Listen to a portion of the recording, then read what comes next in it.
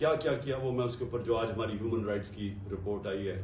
جو انہوں نے ہماری وائلیشنز کی، اس کے اوپر وائٹ پیپر جو ہم نے دیا، اس کے اوپر میں بعد میں آتا ہوں. میں صرف آج آپ کو بتاؤں کہ اس جھوٹ کو، اس غلط کام کو کور کرنے کے لیے یہ ملک کتنی بڑی قیمت ادا کر رہا ہے. آج ہنگامی شہباز شریف ایک میٹنگ کرتا ہے کیبنٹ کی، اور اس کے بعد جب لوگ تراویاں میں مصروف ہوتے ہیں تو ایک فیصلہ آتا ہے جلدی سے پارلیمنٹ سے. اور پارلیمنٹ کیا ہے؟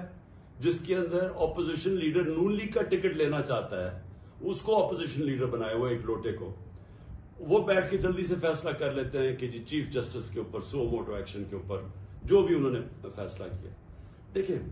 میں تو سب سے پہلے کہتا ہوں کہ پاکستان میں جوڈیشل ریفارمز کی ضرورت ہے، اور جو ہم اب پاکستان دیکھنا چاہتے ہیں، جو انشاءاللہ جو اس دلدل سے ہم نکلیں گے تو اس میں گورننس ریفارمز بھی ہوں گے اور جوڈیشل ریفارمز بھی ہوں گے. کیونکہ ہمیں جب تک کانٹریکٹ انفورسمنٹ اور جب تک ہم اس ملک کے اندر جلدی سے اپنے